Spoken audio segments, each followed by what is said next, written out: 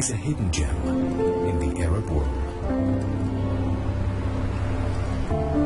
How could such beauty and turquoise waters exist in Syria without us ever seeing them before? That's because these areas were off limits to many Syrians. This city is called the Bride of the Coast, Latakia, on the Syrian coast. Who would have thought we'd be able to come here? There are people seeing this sea for the first time. Straight ahead, in that direction, lies Cyprus. This is the Mediterranean Sea. Where are we? Latakia, my city. This is the Syrian coastline, stretching for more than 180 kilometers.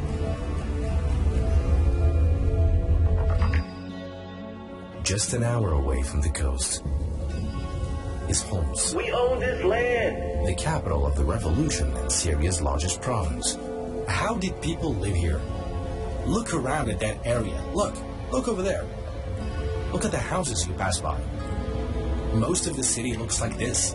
60% of this city is destroyed. This is Homs.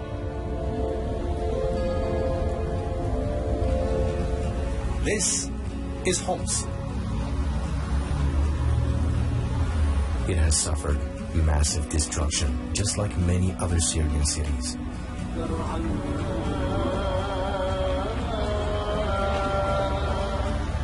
Syria needs us now to heal its wounds and be rebuilt with the cooperation of its people and the support of Arab brothers in any way. We'll rebuild Homs. It's our paradise. We're now in Hama. Today, in this special episode, we will meet the leader of the new Syrian administration, Ahmed al-Sharaa, at the presidential palace in Damascus to better understand how the Syrian people feel now. At dawn of December the 8th, the light of freedom shone upon the Syrians. In just 11 days, by God's grace, Syria was liberated from north to south and from east to west.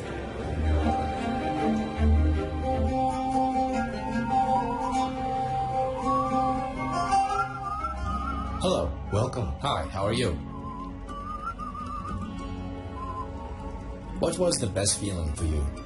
After a long struggle, 14 years of revolution or 21 years of struggle for me personally, the greatest feeling that wipes away all the exhaustion of those years is seeing a man reunite with his mother after 14 years. There were many videos like this on social media.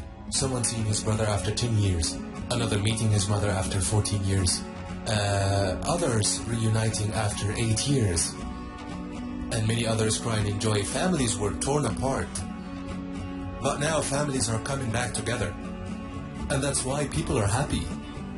It's as if they were in prison and visitation was forbidden. The streets are like a festival. I saw people joyful and celebrating. Everyone's happy and hanging out. Do you know how hard it is to be forcibly displaced from your home? By force. By nature, humans have an instinct for possession. Humans have an innate desire to possess, but they seized people's houses, forced them out with nothing but their clothes and sent them to Idlib or to refugee camps in Lebanon or Jordan, countries already struggling economically and burdened further by these crises. 3.5 million were sent to Turkey, and others crossed the sea, drowned, including women and children. They would arrive in countries that may or may not welcome them, or confine them to closed camps, issuing them ID cards, and collecting their fingerprints. And it doesn't stop there. In some countries, their camps were burned. It's a truly heartbreaking scene. And now you can tell these people your lands have been restored. Your country has been returned. Yes, it's true that it's destroyed, but there are people who have pitched tents on their land, and they feel as if they have the world in their hands. And I'm certain that within 2 years, the Syrians in exile, the 15 million displaced Syrians, I believe that only 1 million to 1.5 million of them will remain abroad. People will return. What's even better is that when we took over military areas, residents didn't flee, they moved there. No one fled from those areas. Not a single Muslim, Christian, Kurd, Alawite, or Druze. People remained in their regions. The battle was marked by mercy and reunited families. So how could people not be happy? So some organizations and individuals in Idlib were asking us to start reconstruction efforts there, as 1/3 of Idlib's population lives in camps. Another third in rented houses, they are not locals, and the remaining are native residents. So I used to tell them that Syria was built over 7,000 years, and construction is a cumulative process. When you displace someone, you take them back to square one. They had nothing but their clothes, so they have to rebuild their lives from scratch. If they even have enough morale to start over. Unfortunately, Syrians have been humiliated, and the Syrian passport has become one of the weakest in the world. And the most expensive one. You pay a lot to obtain it, right? It's the most expensive passport, yet the weakest in ranking. The problem is that the previous regime turned the people into its enemy. They were constantly afraid of them. So they designed all their institutions to trap the people. Their concept of authority meant controlling every aspect of a person's life and later exploiting it. So how did they achieve that? For example, in some relatively developed countries, governments control their people intelligently. They provide tools to guide them, educate the public, and shape a specific ideology to create certain conventions. Thus, public opinion is sometimes guided in advanced countries. But here the regime guided people by exploiting basic services, their daily lives, and using security forces, torture, killing, and intimidation. This method of control is effective. People follow out of fear, not conviction. That's why you see people celebrating after the regime fell. Of course, I do not support those who say these people are just bandwagoners. I try to keep having good faith and tell myself that some people have been exposed to the anti-revolution propaganda for years. Before that, for almost 35 years, they were subjected to propaganda against certain sects. They were told that if those people ruled, they would kill you or eliminate you. This propaganda, heavily funded by the regime, collapsed in just 11 days. It's collapsed because people are more influenced by reality and facts than by words, right? This is called delivering ideas through actions. So when you actually practice good morals, you can influence people more than by just preaching them, right? If you preach morals without practicing them, your message won't reach. It will just be empty words. Good deeds affect people much more than just by talking about them. Good deeds are practical and tangible, not just words. What you've done is really great. How do you feel now, being in Damascus, knowing how much you love this city? I mean, if you want to maintain success, you must keep a sense of caution and alertness. You shouldn't feel too secure, because danger often emerges amidst the feeling of safety, right? Those working in public affairs and leaders in general must always be cautious. Of course, not excessive caution that leads to doubt and accusations, but caution that motivates you to work harder and give more. We now face many challenges within the country. We need to establish stable political relations. We must put special focus on internal affairs so that people can live together in peace, love each other, and trust one another. This is an extremely important challenge. Thankfully, vengeful behavior isn't part of the Syrian character. And basically, throughout this major battle, the motto was, Lord, grant us a victory free from vengeance, because a vengeful mindset cannot build. We have many problems. There's a widespread crisis. So you can't achieve immediate justice, except in obvious and severe cases, because sometimes in major battles, the right to revenge is relinquished, except in certain cases, like the officials of Sidnaya prison, security branch heads who tortured people, pilots who carried out raids, those who dropped bombs on civilians, and those who committed massacres. Nevertheless, justice must be sought through the judiciary and the law, In court. not by individuals. Because we must respect the law. If we don't respect it, the law of the jungle will prevail. Justice through law guarantees everyone's right. The victims and the offenders, right? Yes. They still have some rights, regardless. But if matters are left to revenge, the law of the jungle will prevail. Oh, of course, real life isn't perfect. Some incidents occurred on the side, but they are minimal and decrease daily as security control improves. And we rely on the community's awareness and sound judgment. I understand them deeply because of the pressure they had been under for over 50 years. People are influenced by how they're governed. We're talking about entire generations. Around 6 generations lived under that regime, right? Yes. So there is no magic wand to solve these problems. The situation requires patience and long-term strategic plans. In education, higher education, social relations, religious discourse, cultural platforms, and media outlets on all levels. People used to live in suspicion and fear of one another. They'd say, be careful, someone might hear you and report you. This is what the life of a Syrian citizen was like. Along with corruption, now people can trust each other again.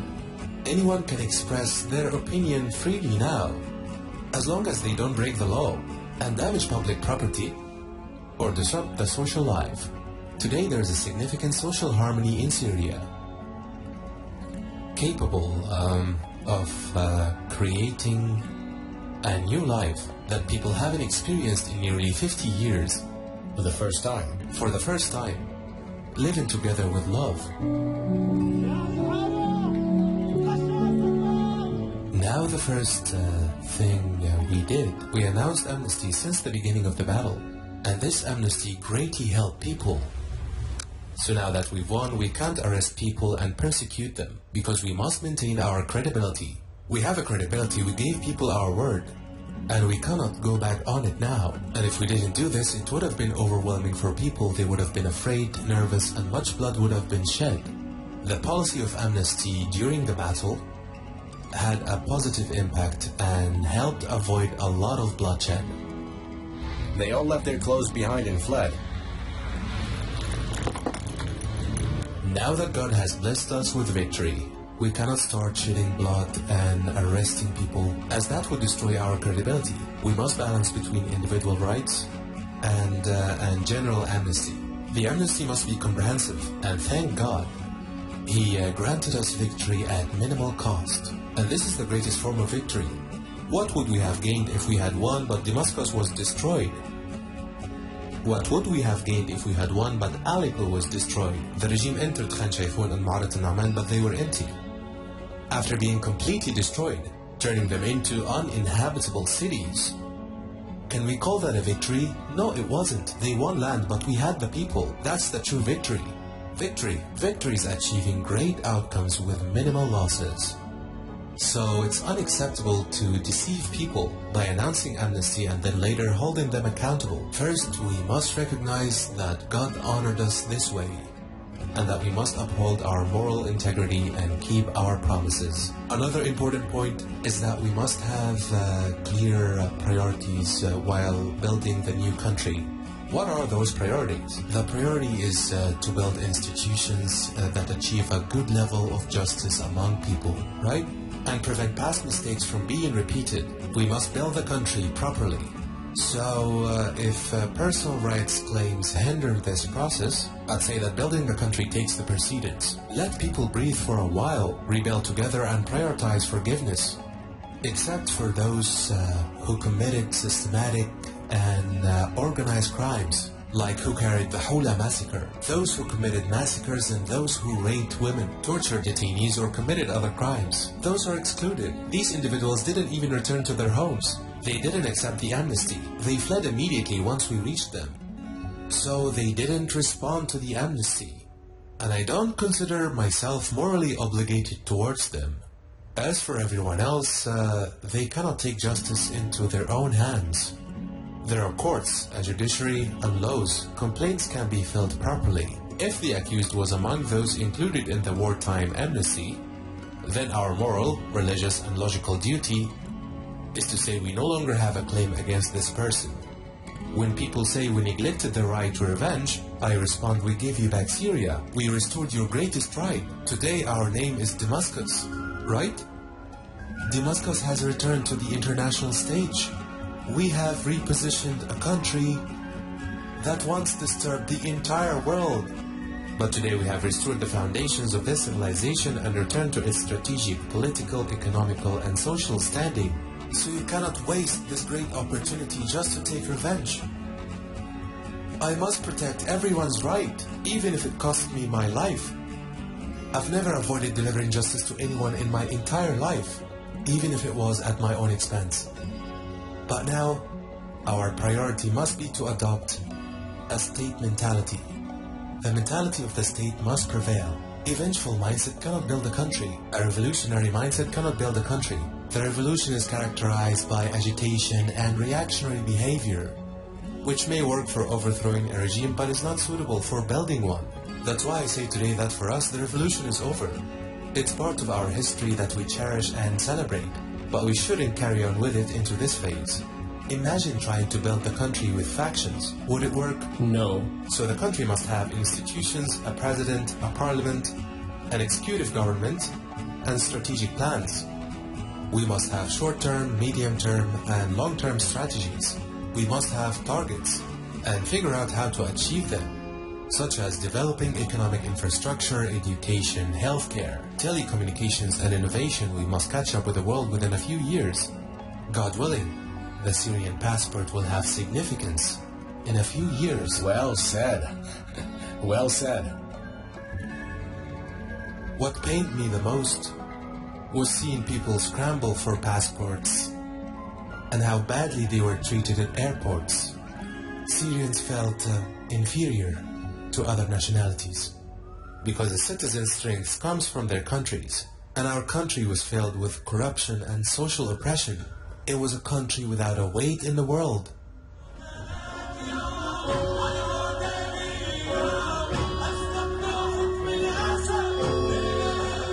For the first time, I feel that they respect us. Syrians everywhere feel pride now.